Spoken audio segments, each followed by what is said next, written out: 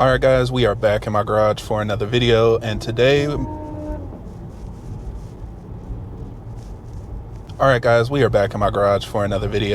today we're going to be talking about why I don't have an extended warranty on my Porsche Taycan, and generally why I don't recommend it to people. And I think there's probably three main reasons why I feel this way. It's nothing too novel. I've talked about this in some other videos as well, but obviously the internet labels me as cheap for having this opinion, so I'm just going to throw my 2 cents out there. You can think whatever you will about my decisions, but I think if you actually hear what I have to say and understand my reasoning, it'll make sense to you too. So let's go ahead and talk about it, and hopefully you guys find this video useful.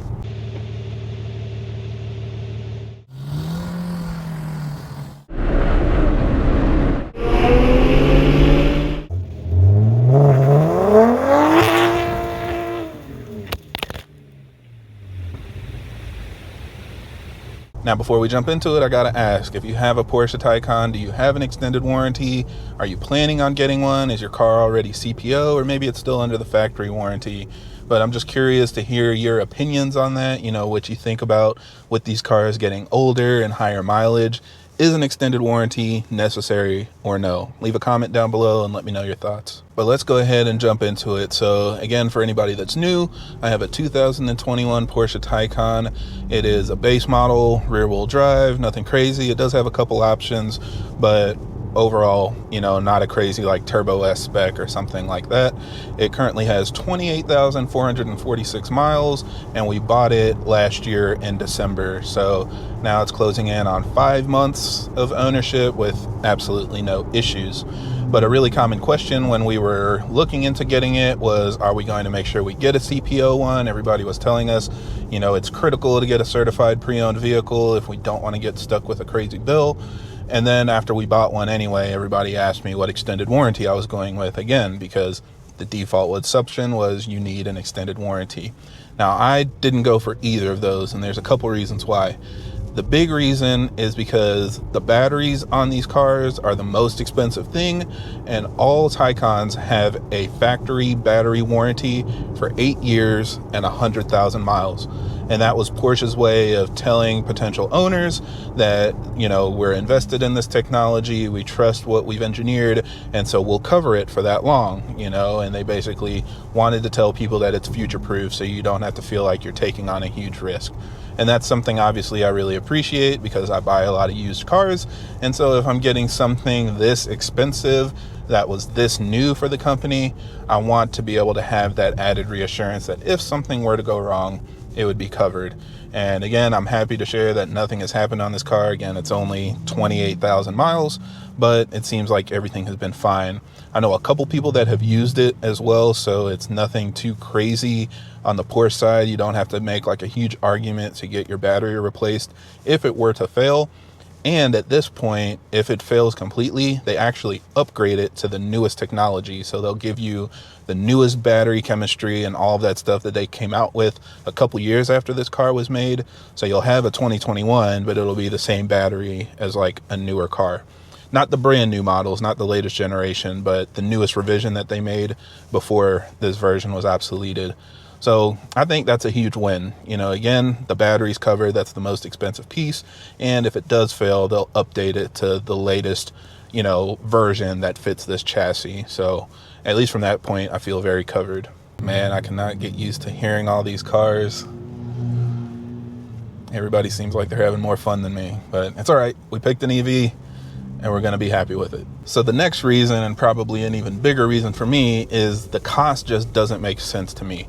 Extended warranties are extremely expensive, and I'll let somebody in the comments correct me if I'm wrong, but everything that I've seen indicates that you can't extend the warranty through Porsche unless your car still has a warranty when you go to extend it. So you can't go back and just get a car certified that wasn't already certified or still under warranty from Porsche, and you can't go and extend the warranty if there's no warranty left from the factory. So if there was a warranty I would go with, it would probably be the Porsche extended warranty. That seems like the better value. But if you can't qualify for that, you have to go with an aftermarket ones, and those are even more expensive. And the challenge for me is that, basically these cars are expensive to repair if something goes wrong. I completely understand. The most common failures you'll see are either the heaters that tend to fail or the onboard chargers that tend to fail and need to be replaced. And those are easily, $5,000 or more in cost to get it replaced at the dealer. And so that's what everybody says. If an extended warranty is $5,000, $7,000, whatever, it'll cover one replacement. So that makes it worth it.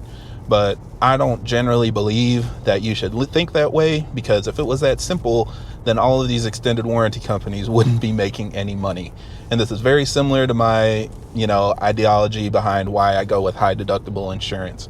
If it makes financial sense for me, it doesn't make financial sense for the insurance company or warranty company that's selling it to me. They are giving me a rate based on the risk to make sure that they are going to make money at the end of the day. So I'm the one that's most typically going to be paying more money if I buy an extended warranty. And we were talking about this on the Taycan forums because, there's always a conversation about whether an extended warranty is worth it or not. And I just mentioned, everybody hops on the forums and says when something goes wrong. Everybody hops on the forums and says when their extended warranty is worth it. Nobody ever since 0 BC has gone on a forum to say, hey, I bought this extended warranty 5 years ago and never used it, and I regret it.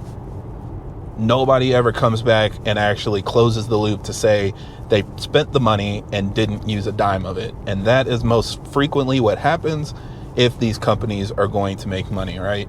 So that's just something to consider. The forums can kind of give you a skewed perspective because people will rush online to tell you when something's wrong, but nobody spends the time to tell you when everything is going right. And hopefully I can help change that a little bit, but that's just, again, my opinion based on how things work.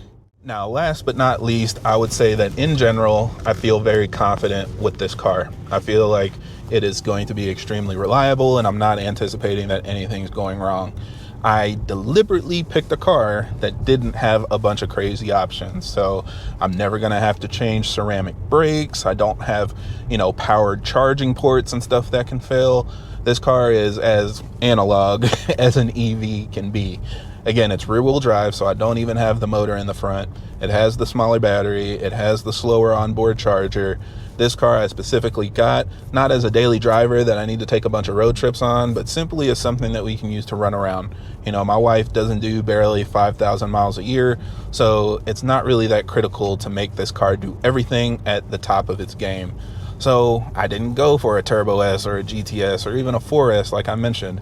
We got a base rear wheel drive with a couple nice options, to make sure the interior and everything fits our needs and is nice and comfortable, and that's good enough for me. So from that standpoint, I think that people just need to be maybe smarter with their decisions and really think about what they need.